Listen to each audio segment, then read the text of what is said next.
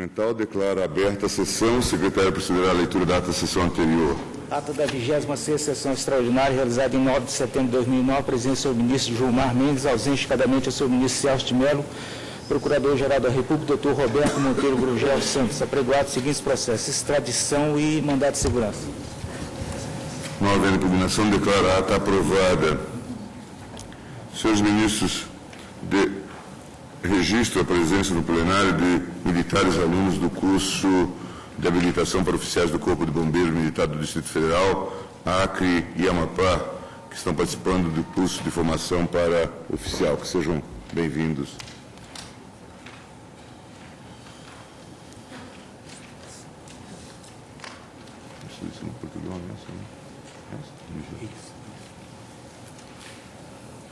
Ministra Ellen Grace, extradição 1139, requerente de governo de Portugal, extraditando Domingos Alfredo Celas Pinto, ou Domingos Alfredo Celas, ou Domingos Celas Pinto.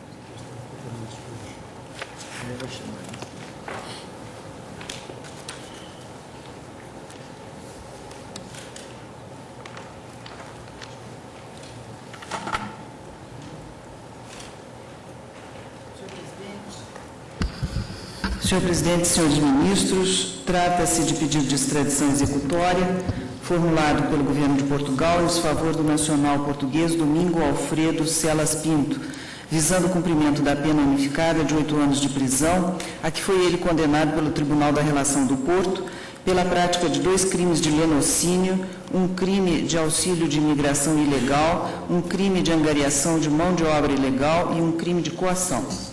O pedido consubstanciado na nota verbal 229, de 18 de 7 de 2008, da Embaixada de Portugal, está fundado no artigo 12 do Tratado de Extradição, firmado entre a República Federativa do Brasil e Portugal, em 7 de 5 de 91, promulgado pelo Decreto 1325, de 2 de 12 de 94. O procedimento está devidamente instruído com a documentação prevista no artigo 80 da Lei 6.815, nos artigos 11 e 12 do Tratado Bilateral.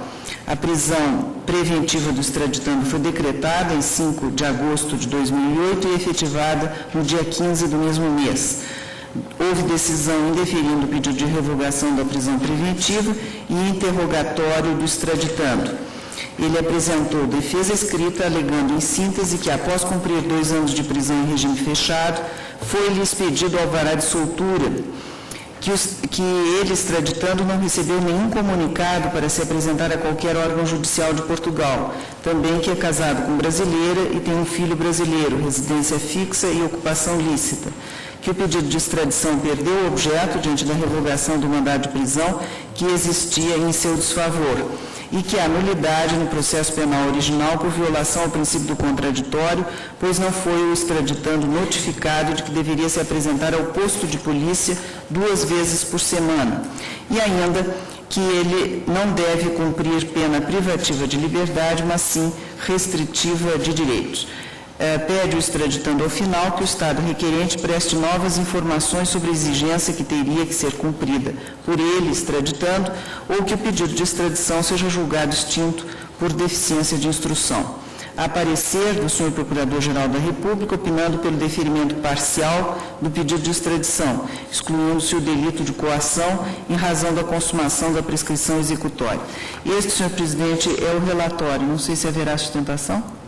Não tem sustentação. Não há sustentação. Posso passar o voto? Por favor. Senhores ministros, a República Portuguesa pretende a extradição deste cidadão português que foi condenado pelo Tribunal da Relação do Porto. Foi condenado a pena de 8 anos de prisão pela prática de 2 crimes de lenocínio, um crime de auxílio de imigração ilegal, outro de angariação de mão de obra ilegal e um crime de coação. Afasto inicialmente a alegação da defesa de que o pedido de extradição deve ser julgado extinto por deficiência da instrução ou por perda de objeto.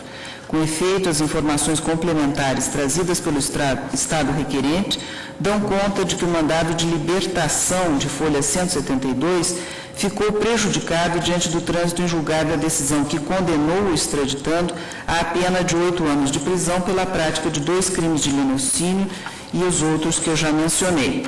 Ao contrário do que afirma a defesa, o extraditando foi posto em liberdade exclusivamente por decurso de prazo da sua prisão preventiva, nos termos do artigo 215, inciso 1º, letra B do Código de Processo Penal português, que assim dispõe: prazos de duração máxima da prisão preventiva. 1. A prisão preventiva extingue-se quando, desde o seu início, tiverem decorrido de 2 anos sem que tenha havido condenação com trânsito em julgado. Portanto, expirado o prazo da preventiva, extraiu-se esse mandado de libertação.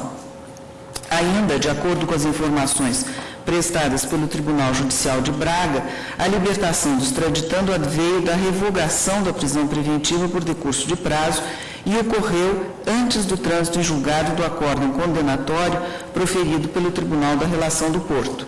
Ou seja, libertado o extraditando, o processo teve o seu curso normal, adveio condenação, houve recurso ao Tribunal de Relação e esse Tribunal de Relação confirmou a condenação em acórdão condenatório, que transitou em julgado. Os esclarecimentos prestados pelo Estado requerente demonstram, portanto, que houve evidente erro material na data aposta na decisão que determinou a soltura do extraditando, constando 10 de fevereiro de 2006, quando deveria constar 10 de fevereiro de 2005, como fixado no próprio mandado de libertação. De fato, o extraditando não poderia ter sido solto em 10 de fevereiro de 2006, sob fundamento de excesso de prazo da prisão preventiva, quando a decisão condenatória transitou em julgado em 3 de janeiro de 2006. Deste modo, com o trânsito em julgado da condenação, fica prejudicada a decisão de soltura e o extraditando terá que cumprir efetivamente a pena de 8 anos de prisão que lhe foi imposta. De outro giro, a circunstância do extraditando ser casado com brasileiro e ter filho brasileiro não impede sua extradição nos termos da súmula 421 desta Casa. No mais, acolho o parecer do eminente Procurador-Geral da República, do qual destaco o seguinte trecho. Diz ele: da leitura dos autos, verifica-se que o Estado requerente dispõe de competência jurisdicional para processar e julgar os crimes imputados ao extraditando, estando o pedido em perfeita consonância com os dispostos nos artigos 78, inciso 1º da Lei 6.815 e 11 do Tratado Bilateral Específico. O pedido formal de extradição foi devidamente instruído, atendendo-se ao disposto no artigo 12 do Tratado, com cópias da sentença e do acórdão condenatórios e demais documentos exigidos. Constam também dos autos cópias dos textos legais pertinentes. As condutas imputadas ao extraditando correspondem aos crimes de rufianismo e tráfico internacional de pessoas qualificado, tipificados nos artigos 230 e 231, parágrafo 2º do Código Penal Brasileiro. De acordo com a situação fática dos autos, o crime de lenocínio simples enquadra-se no crime de rufianismo e os delitos de auxílio à imigração ilegal e angariação de mão de obra ilegal no delito de tráfico internacional de pessoas. Já o delito de coação corresponde à figura prevista no parágrafo 2º do artigo 231 do Código Penal Brasileiro. Satisfeito, portanto, o requisito da dupla tipicidade. Em atendimento ao disposto nos artigos 77, 6º da Lei 6.815 e 3º do Tratado, cumpre analisar a prescrição da pretensão executória em relação aos delitos de lenocínio simples, auxílio à imigração e angariação de mão de obra ilegal.